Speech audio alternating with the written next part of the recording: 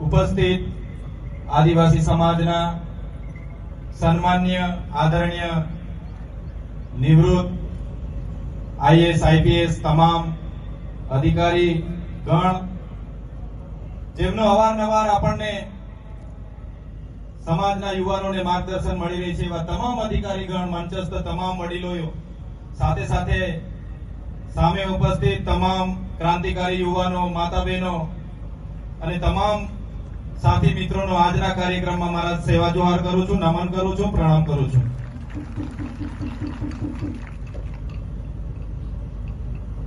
આપણા આગળના વક્તાઓએ ખૂબ સારી આગળની વાતો કરી છે, ત્યારે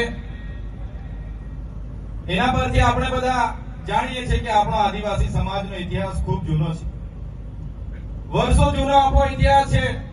આદિ અનાદિકાળથી આદિવાસી સમાજ અહીં વસે છે, મૂળ માલિક છે. તમે જોયું હશે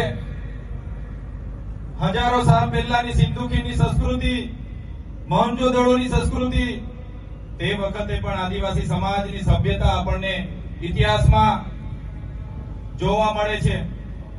તમે રામાયણ ઉઠાવીને વાંચો, એમાં વાલ્મીકી હશે, હનુમાનજી હશે, નિષેધ હશે કે સબરી હશે, પણ આપણા પૂર્વજો હતા. તમે મહાભારત ઉઠાવીને વાંચો, વીર એકલવ્ય આપણા પૂર્વજ હતા.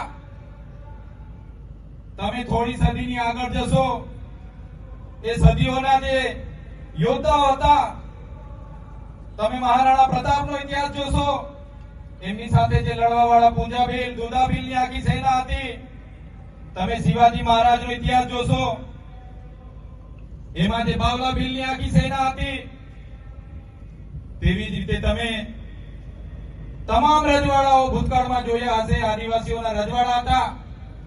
અમદાવાદની વાત કરું, આશા ભીલનું રજવાડું હતું. ભાવનગર જ્યારે અતિક્રમણ આક્રમણો થયા, ત્યારે આપણા બાવળા ભીલની આખી સેના એમની સામે ઉતરી. ત્યારે આપણો ઇતિહાસ ગૌરવશાળી છે, આપણી સંસ્કૃતિ ગૌરવશાળી છે, આપણી સભ્યતા હજારો વર્ષો પૂર્વની છે, સમાજમાંથી આપીએ છીએ ત્યારે ગર્વ થાય છે આપણને.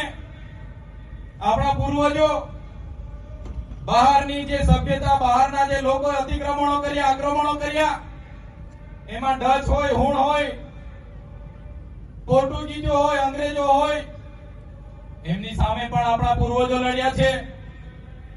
તમે તાત્યા મામાનો ઇતિહાસ જોઈ લેજો. તમે ખાદ્યા નાયક, તિલકા માંઝી, બિરસા મુંડા જેવા આપણા પૂર્વજોએ વર્ષો સુધી લડીને પોતાની શહીદી વહોરી છે. ગુરુ ગોવિંદગીરી 1500 આદિવાસીઓ સાથે સ્વાયત્ત રાજની માંગ કરી અને માનગઢ ધામમાં અંગ્રેજોની સેનાએ ગોળીઓથી એમને ભૂલી કાઢ્યા. ત્યાં આપણા 1500 આદિવાસી ક્રાંતિવીરો શહીદ થયા. છતાંય આપણા પૂર્વજોને જ્યારે ઇતિહાસમાં સ્થાન નથી મળ્યું, ત્યારે આપણને દુઃખ થાય છે. તમે દેશની આઝાદીમાં આપણા પૂર્વજોનું આટલું યોગદાન હતું. દેશ આઝાદ થયા પછી દેશના વિકાસમાં પણ આપણા સમાજનું ખૂબ મોટું યોગદાન છે. જ્યારે નર્મદા ડેમની વાત હતી, જ્યારે કરજણ ડેમ, કડાણા ડેમની વાત હતી, જ્યારે ઉકાઈ ડેમની વાત હતી, જ્યારે વિસ્તારોમાં રોડ રસ્તા કાઢવાની વાત હતી, ત્યારે આપણા વિસ્તારોમાં જીઆઈડીસી, જીએમડીસી લાવવાની વાત હતી, ખાણ ખનીજ માટે જમીનો આપવાની વાત હતી, દેશના વિકાસ માટેની વાત હતી. કાકરાપાર હોય કે તમામ જગ્યાએ આપણા આદિવાસી